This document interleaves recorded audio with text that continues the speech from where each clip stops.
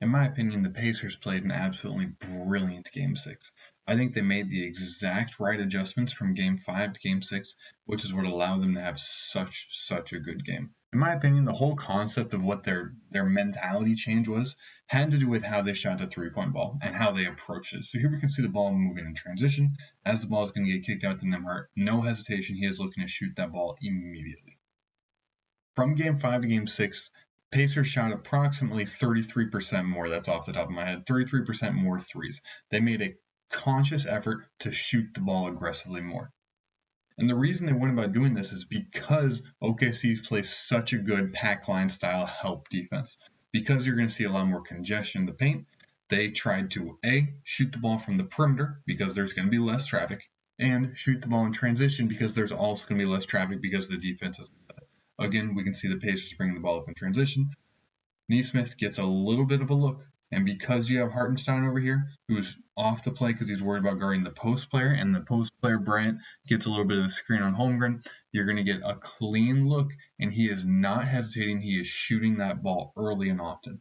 And not only did we see that from Nesmith, but we saw that just a little bit ago. We saw that from Nembhard, and we saw that from Obi Toppin as well. These role players have to be willing and able to shoot the ball early and often to punish OKC when they make any kind of mistakes on the offensive end, as Nesmith does again right there. And then the most crucial thing I always believe is it's not the threes. The goal is never to shoot a three. The goal is to get a layup at the rim. But shooting the threes in transition create shots like this. We're going to watch how OKC's defenders are glued to players on the perimeter. Okay, as Pascal stopped right here, 34 stays here. You have one on the ball, you have one right here, and you have one guarding Haliburton. What does that mean? You have one player or nobody guarding Miles Turner. SGA's behind, and so that leaves you wide open at the rim. And this is always the end goal, but sometimes you have to shoot on the perimeter to be able to get that in the first place. So those are the first types of threes, the ones that you got either in transition or offensive rebounds when there's a little bit of chaos going on. But the other question is, can you get threes in the half court when OKC's defense, which has been really good, is set? And they did it the same way. Okay, so you saw penetration early from Nembhard and kick the ball out. Then you see penetration from Haliburton and kick the ball out.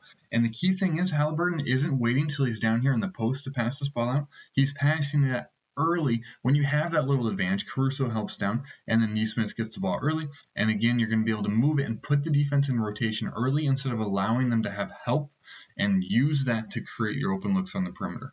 And the Pacers did a great job of this. In fact, I think in Game 5, SGA really did a good job to free up players like Jalen Williams by doing this exact same concept. And here the Pacers apply it brilliantly to their game as well. Boom, we have McConnell and Hartenstein. So because McConnell is going to have a threat to drive, essentially, you have slight help down. As he kicks the ball out, are you hesitating? No. You have daylight. You're going to shoot that ball because you need to have them respect you on the perimeter and not allow them to help off.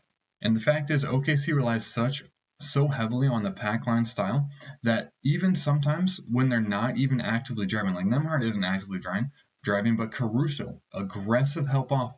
And the Pacers, you got to punish them for this. You got to. Pascal slowly drifts away, creating the distance right here between Caruso and him, and that gives him just a little bit more time where he can get this ball up. No hesitation. He's shooting that 100%.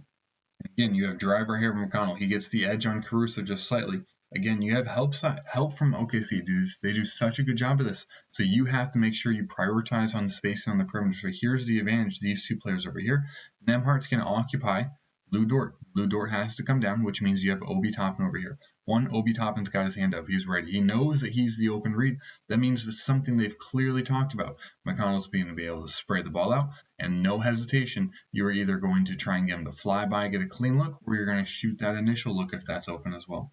The Pacers really did an absolutely tremendous job in Game 6, and I think they have to continue this in Game 7.